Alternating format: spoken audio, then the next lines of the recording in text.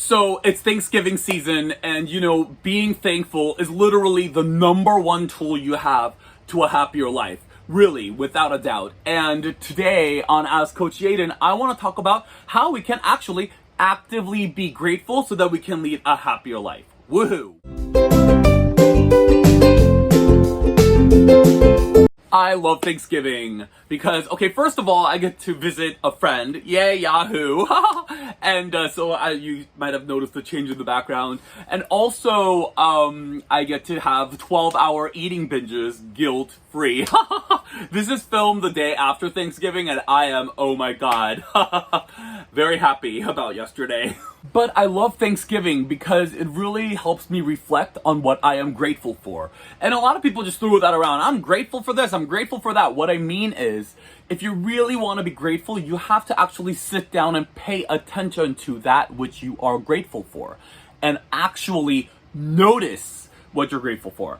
And I love that process. I have a fun little process that I do. I like to sometimes pretend like I am a time traveler from like the 1400s who just got to visit 2020 and has to go back and explain to his friends about what 2020 was like to his friend in the 1400s. Hey Bob, how was your trip to 2020? You'll never believe what I saw. See, in 2020, they have these tin cans and they step inside and they sit down and then they push their foot on this thing and it makes this tin can move at like 100 miles per hour. Can you believe that? Well, is it hooked up to a horse? What's pulling it? We don't know! Well, does it work during the winter? It literally has a button on the inside that's temperature controlled. So it can be negative 20 degrees outside and on the inside it'll be 75 degrees. It's a magic tin box. If you actually think about how crazy that is, I actually thought about it. I'm like, oh my god, that is insane. We actually really get to step inside tin cans that take us anywhere we want to go. Zip, zip, zip, wherever. We pull into gas stations and, swipe a card and boom, there's things that fuel our car that keep it going for another like 500 miles. You can basically go anywhere. It is crazy that we have this contraption. And I never really sat down and thought about how awesome it actually is. Not to mention the personal surround sound stereo that we get to have. I mean, it's like being in our own rock concert.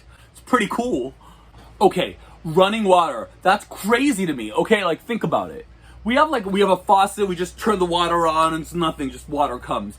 I used to watch, I think Little House on the Prairie, even back then, they had to like walk to a well and get water and then carry it back in like an urn or something, keep it there, and everything was scarce. And that's just crazy that I just take water for granted, running water, and temperature controlled. We never have to take a cold shower, ever. Those people, oh my god. And like sometimes it's really dark, and sometimes a raccoon gets inside a well, and it like got a dead raccoon inside the well, and people drink dead raccoon water, and they wouldn't even know.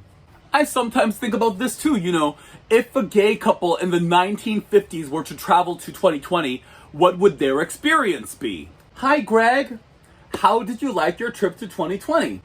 You'll never believe it, John. In 2020, we could get married and they would legally recognize our marriage in most states. And there's this town called West Hollywood where all the men walk around holding hands and they make out on the street, and there's like these rubber molded penises just everywhere. There's rubber penises here, rubber penises there, rubber penises are everywhere. I think about how hard people have had to fight for the rights that I enjoy. We no longer live in a society where most of the world, it's not okay to just say, fag. It's not okay to just say it, just be straight up hateful to homosexuals. It's like, you are gay and we hate you. Like it's not socially acceptable anymore. Whereas it used to be. Just watch like a comedy special from the 70s or the 80s. I mean, we're fodder. And it's not cool anymore. So we've made a lot of progress along the way, and a lot of people have fought for our rights so that we can enjoy a more good life. If you think back to 1950s gay people couldn't even tell people that they were together. In the 70s, people could get fired for being gay. In the 90s, Don't Ask, Don't Tell was a huge forward progressive movement. In 2008 was the big, gay marriage thing. And up until then, most of the country was against gay marriage. And now, most of the country actually is for gay marriage. And so the fact that we are able to progress that much forward, we need to be able to reflect and appreciate that as well. I think we as a society have a tendency to look forward and go, well, here are all the presenting problems. And so we need to fix this and keep fighting and move forward. And I agree with that. But we also have to keep ourselves inspired by looking back and seeing all the wonderful progress that we've made over the years, being happy where we are at, being congratulatory and grateful for what we have, and fighting for more. So easy to get down on myself over anything. I look back on my past year and it's so easy to say things like, I haven't accomplished a damn thing, I'm not doing anything, and just down myself to make more money in order for things to feel okay. I need to do this or do that. Moving forward, I have to do X, Y, and Z in order for me to be okay. Sometimes it's good to sit back and think about a year ago. What was I doing? I was still working on my book. I didn't even have the complete draft of my book yet, and I was just thinking about releasing my book. But the fact is, here I am a year later. I released my book. It became a bestseller. Yahoo! I'm able to get other career opportunities from it. And so I am doing great. And all of this in the middle of a pandemic. Oh my God. Good job, Aidan. But I forget that. I totally sit here and go, I haven't done a single thing. Who cares? It's not like you're doing anything. You need to work harder.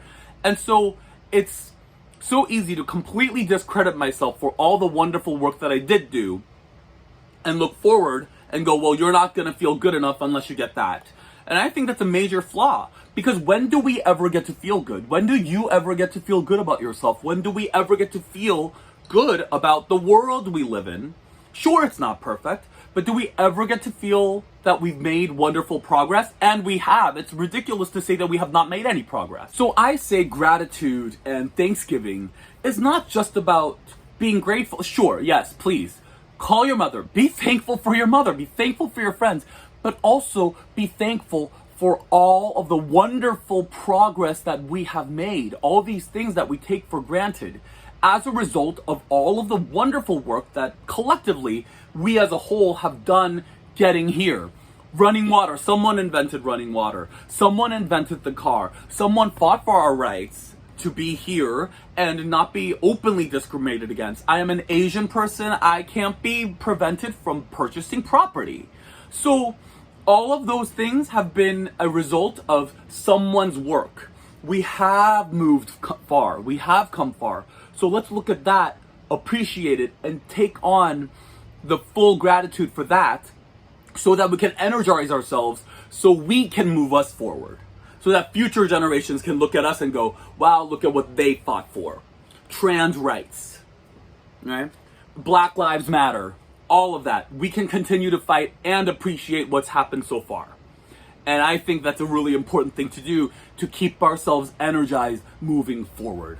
So I hope that you enjoyed that. And happy Thanksgiving to everybody. And I hope you have a wonderful, wonderful week. And I will see you in December. Yahoo!